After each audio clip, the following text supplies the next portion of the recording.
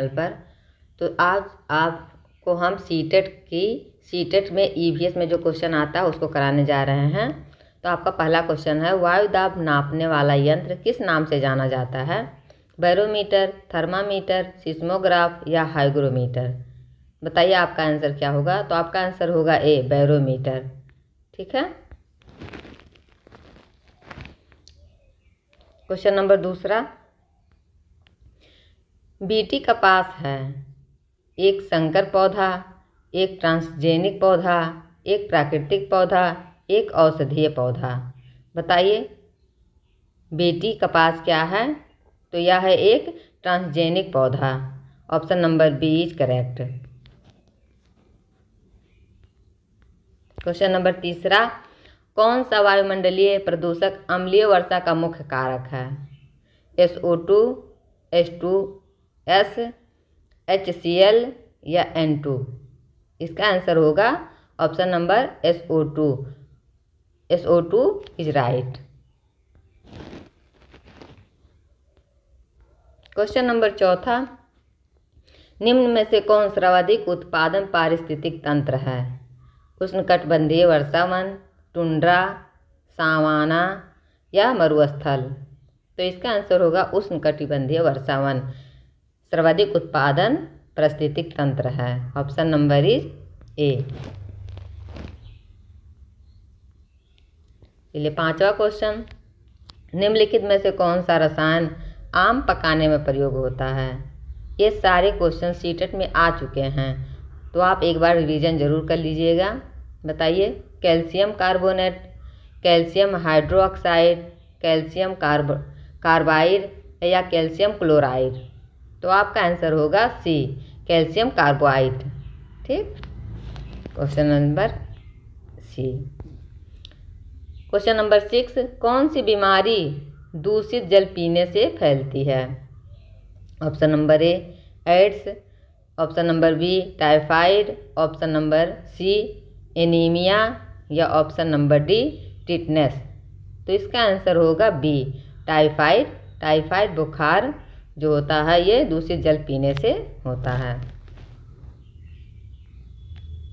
Question number 7 देखिए, निम्नलिखित में से कौन सी ग्रीन हाउस गैस नहीं है? इसमें नहीं पूछा है दोस्तों, नहीं बहुत ध्यान रखिएगा क्योंकि क्वेश्चन में सीटेट में नहीं से बहुत सारे प्रश्न आते हैं और बच्चे गलत कर देते हैं। Option number A CO2, option number B N2O, option number C CO या ऑप्शन नंबर डी CH4? तो आपका आंसर होगा सी, CO। क्वेश्चन नंबर 8, इनमें से कौन द्विबीजीय पत्री पौधा है? पहला बांस, दूसरा केला, तीसरा गन्ना और चौथा सरसों? तो द्विबीजीय पौधा जो होता है वो सरसों होता है। ठीक है, आपका option number D is right answer. Question number 9, पौधे में जल का अधिग्रहण किसके द्वारा होता है? ऑप्शन नंबर ए जाइलम द्वारा, ऑप्शन नंबर बी फ्लोएम द्वारा, ऑप्शन नंबर सी कैम्बियम द्वारा, ऑप्शन नंबर डी पैलिसेड द्वारा? तो पौधे में जल का अधिग्रहण जो दोस्तों होता है ना वो जाइलम द्वारा होता है। आपका option number A is answer होगा, option number A. Question number 10, कौन सा प्रथम साहित्य दोष है? ठीक है, कौन सा प्रथम साहित्य दोस्त है? ऋग्वेद, सामवेद, यजुर्वेद या अर्थवेद? तो सबसे प्रथम साहित्य जो होता है वो ऋग्वेद है। Option number A is right. इतनी फास्ट आपको क्वेश्चन करा देंगे दोस्तों, रिवीजन करिए आप, आपका सीटेट जरूर क्लियर हो जाएगा। चलिए क्वेश्चन नंबर 11, वायुमंडल में 99% भाग किन दो गैसों का विस्तार है? ऑप्शन नंबर ए ओजोन एवं oxygen, option number B oxygen एवं nitrogen, option number C carbon dioxide एवं ओजोन और ऑप्शन नंबर डी आर्गन एवं ओजोन? तो आप सभी जानते हैं कि ऑक्सीजन और नाइट्रोजन सबसे ज़्यादा वातावरण में पाए जाते हैं। तो ऑप्शन आपका आंसर होगा बी। क्वेश्चन नंबर 13, कारकीय रूप से शुष्क मिट्टी की क्या विशेषता है? कारकीय रूप से शुष्क मिट्टी की क्या विशेषता है? पहला, उसमें अधिक जल होना। दूसरा, पौधों को प्रकाश पर्याप्त नहीं मिलता। तीसरा, मिट्टी में लवण सांद्रता अधिक होगी। और चौथा, मिट्टी कठोर होती है। तो आपका आंसर होगा मिट्टी में लवण सांद्रता अधिक होगी। कारकीय मिट्टी जो होती है इसकी यही विशेषता होती है। ऑप्शन नंबर सी।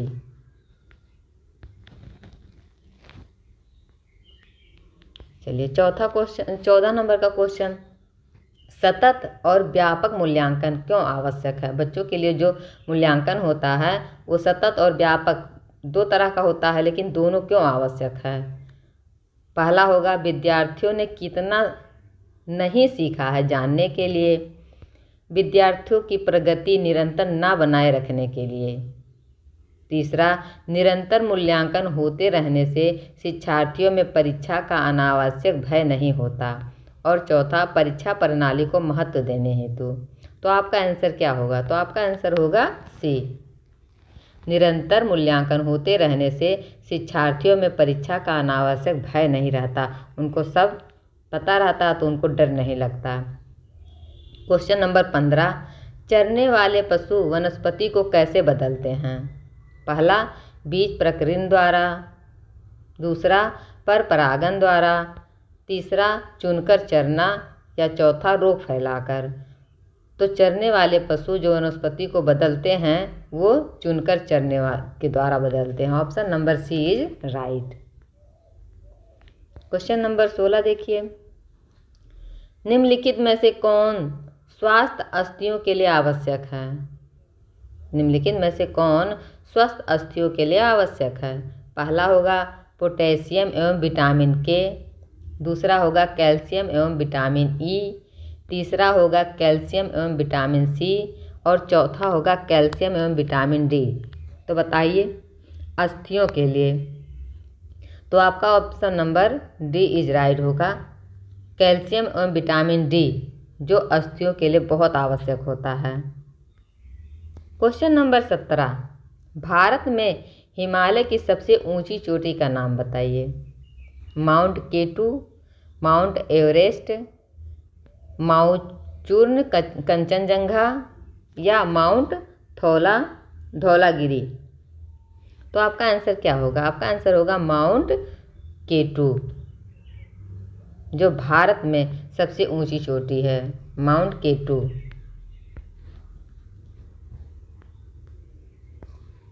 और क्वेश्चन नंबर 18, प्राथमिक स्तर पर शिक्षण की खेल विधि आधारित है। किस पर है? विकास के मनोवैज्ञानिक सिद्धांत पर, शिक्षण के समाजशास्त्रीय सिद्धांत पर, शारीरिक शिक्षा कार्यक्रम के सिद्धांत पर या शिक्षण विधि के सिद्धांत पर। तो बताइए। तो आपका आंसर होगा डी, शिक्षण विधि के सिद्धांत पर आधारित है। प्राथमिक स्तर पर शिक्षण की खेल विधि शिक्षण विधि के सिद्धांत पर आधारित है। क्वेश्चन नंबर 19, वायुमंडल की सबसे निचली परत का नाम क्या है? समताप मंडल, ओजोन मंडल, आयन मंडल या क्षोभ मंडल? बताइए। तो आपका आंसर होगा क्षोभ मंडल। वायुमंडल की सबसे निचली परत क्षोभ मंडल है। क्वेश्चन नंबर 20, विटामिन सी की कमी से होने वाली बीमारी का क्या नाम है? स्कर्वी, बेरी, रतौंधी या थकान? तो आपका आंसर होगा स्कर्वी, विटामिन सी की कमी से होता है। क्वेश्चन नंबर 21, भारत की प्रथम महिला आईपीएस अफसर कौन थी? प्रतिभा पाटिल, पंकज नायडू, किरण बेदी या हंसा मेहता? तो आपका आंसर होगा सी, किरण बेदी। किरण बेदी भारत की प्रथम महिला आईपीएस अफसर बनी थी। ये बहुत सारे प्रश्न जो हैं सारे सीटेट और बाकी एग्जाम में भी आए हैं, और सीटेट में बहुत ज़रूरी होता है इसको पढ़ना, क्योंकि सीटेट में बार बार क्वेश्चन आते हैं। असम का प्रसिद्ध एक सींग वाले गैंडे वाला वन्यजीव अभ्यारण्य कौन सा है? मानस है, काजीरंगा है, गिर जंगल है या कान्हा किसली है। तो आपका आंसर होगा काजीरंगा। असम का प्रसिद्ध एक सींग वाला गैंडे का जो अभयारण्य है वो काजीरंगा है। क्वेश्चन नंबर 23, निम्नलिखित में से कौन सा आग्नेय चट्टान का उदाहरण है। बेसाल्ट, चूना पत्थर, स्लेट या ग्रेफाइट, बताइए। तो आपका आंसर होगा बेसाल्ट। बेसाल्ट आग्नेय चट्टान का उदाहरण है। गुरु गोविंद सिंह, गुरु अर्जुन देव या गुरु नानक देव। तो सिख धर्म के जो संस्थापक थे वो गुरु नानक देव थे। Option number D is right. चलिए क्वेश्चन नंबर 26, भूकंप की तीव्रता नापने का यंत्र कौन सा है। फिजियोग्राफ, सिस्मोग्राफ या कार्डियोग्राफ या बैरोनाफ। तो आपका आंसर होगा B, seismograph. Option number B is right. चलिए क्वेश्चन नंबर 27 देखिए, दक्षिणी गोलार्ध का सबसे लंबा दिन किस दिन होता है। दक्षिणी गोलार्ध का सबसे लंबा दिन किस दिन होता है। 21 मार्च को, 21 जून को, 23 सितंबर को या 22 दिसंबर को। तो आपका आंसर होगा 22 दिसंबर को। दक्षिणी गोलार्ध का जो सबसे लंबा दिन होता है वो 22 दिसंबर को होता है। क्वेश्चन नंबर 28, सत्यार्थ प्रकाश के लेखक का नाम बताइए। स्वामी दयानंद सरस्वती, स्वामी विवेकानंद, राजा राम मोहन राय या मदन मोहन मालवीय। तो आपका आंसर होगा ऑप्शन नंबर ए, स्वामी दयानंद सरस्वती जो थे सत्यार्थ प्रकाश के लेखक थे। क्वेश्चन नंबर 29, बिहू भारत के किस राज्य का लोक नृत्य है। राजस्थान का, तमिलनाडु का, असम का या उत्तर प्रदेश का। तो आपका आंसर होगा असम का। असम का होगा बिहू भारत के असम राज्य का लोक नृत्य है। क्वेश्चन नंबर 30, खाद्य श्रृंखला के परस्पर समूह को कहा जाता है। खाद्य चक्र, श्रृंखला अभिक्रिया, खाद्य जाल या बायोमास का पिरामिड। ये यूपी टेट के लिए भी बहुत महत्वपूर्ण है और सी टेट के लिए तो बहुत बहुत महत्वपूर्ण है, जो ईवीएस में बार बार क्वेश्चन आते हैं। तो आपका आंसर क्या होगा। आपका आंसर होगा खाद्य जाल। Option number C is right. चलिए क्वेश्चन नंबर 31, निम्नलिखित भारतीय राज्य में से किस राज्य की कोई समुद्री सीमा नहीं है। बताइए। गुजरात की, गोवा की, राजस्थान की या महाराष्ट्र की। तो इसमें कौन सा राज्य ऐसा है जो समुद्र के किनारे नहीं है। तो ये राजस्थान होगा। Option number C is right. किस नदी के प्रदूषण स्तर की माप की जाती है। किसी नदी की जो प्रदूषण स्तर की माप की जाती है उस किसके द्वारा की जाती है। एटीपी के द्वारा, एसटीपी के द्वारा, बीओडी के द्वारा या डब्ल्यूपीएल के द्वारा। तो आपका आंसर होगा बीओडी के द्वारा। क्वेश्चन नंबर 33, वायरस संक्रमण से होने वाला रोग कौन सा है। टाइफाइड है, कॉलरा है, जुखाम है या मलेरिया है। तो आपका आंसर होगा जुकाम। वायरस संक्रमण से ये फैलता है। क्वेश्चन नंबर 34, भारत में कृषि को प्रभावित करने वाला मौसम कौन सा सबसे महत्वपूर्ण तत्व है। बताइए। भारत में कृषि को प्रभावित करने वाला मौसम का सबसे महत्वपूर्ण तत्व कौन सा है। तापमान होगा, आर्द्रता होगा, पवन होगा या वृष्टि होगा। तो सबसे ज़्यादा प्रभावित जो करता है वो वृष्टि होता है। ठीक है। चलिए क्वेश्चन नंबर 35, वायुमंडल की सबसे ठंडी परत कौन सी है। सबसे ठंडी परत पूछी है। तो तापमंडल, मध्यमंडल, क्षोभ मंडल या आयन मंडल। तो आपका आंसर होगा, बताइए, मध्यमंडल। मध्यमंडल सबसे ठंड 1982 में, 1992 में या 1996 में। तो आपका आंसर होगा 1973 में शुरू किया गया था। क्वेश्चन नंबर 38, पृथ्वी तल पर उस काल्पनिक रेखा को क्या कहते हैं जो 1800 मेरिडियम योग्योत्तर पर खींची है? बताइए। पृथ्वी तल पर उस काल्पनिक रेखा को क्या कहते हैं जो 1800 मेरिडियम यमोत्तर पर खींची गई है? अंतर्राष्ट्रीय तिथि रेखा, या कर्क रेखा, या विषुवतीय रेखा, या प्रधान यमोत्तर रेखा? तो आपका आंसर होगा अंतर्राष्ट्रीय तिथि रेखा। क्वेश्चन नंबर 39, निम्नलिखित में से किस राज्य में गल्फ ऑफ मन्नार मैरीन राष्ट्रीय पार्क स्थित है? गुजरात में है, तमिलनाडु में है, अंडमान द्वीप में है, या पश्चिम बंगाल में है? तो आपका आंसर होगा तमिलनाडु में है। इतना फास्ट क्वेश्चन आप रिवीजन करते जाइएगा तो आपका सीटेट एकदम क्लियर हो जाएगा। जनगणना 2011 के अनुसार भारत में लिंगानुपात क्या था? 940 पर 1000, 916 पर 1000, 920 अनुपात पर 1000, या 982 अनुपात पर 1000? तो आपका आंसर होगा क्या? 940 अनुपात पर 1000, मतलब 940 महिलाएं थी और 1000 पुरुष थे। क्वेश्चन नंबर 41, निम्नलिखित में से किस एक प्राणी को किसान का मित्र भी कहा जाता है? जैसे चींटी हुआ, केंचुआ, मधुमक्खी, या तितली? बताइए। तो किसान का मित्र कौन सा होगा? केंचुआ होगा, किसान का मित्र कहलाता है। क्वेश्चन नंबर 42, पर्यावरण को बचाने के लिए चिपको आंदोलन से कौन सा राज्य जुड़ा हुआ था? जो चिपको आंदोलन चला था वो किस राज्य में हुआ था? उत्तर प्रदेश में हुआ था, या झारखंड में, या उत्तराखंड में, या छत्तीसगढ़ में? तो आपका आंसर होगा उत्तराखंड में चिपको आंदोलन चलाया गया था। क्वेश्चन नंबर 43 देखिए, जीवों के व्यवहार का अध्ययन किया जाता है किसके द्वारा किया जाता है? ईटियोलॉजी के द्वारा, नियोलॉजी के द्वारा, इथोलॉजी के द्वारा, या डेमोलॉजी के द्वारा? तो जीवों के व्यवहार का अध्ययन जो किया जाता है दोस्तों वो इथोलॉजी के द्वारा किया जाता है।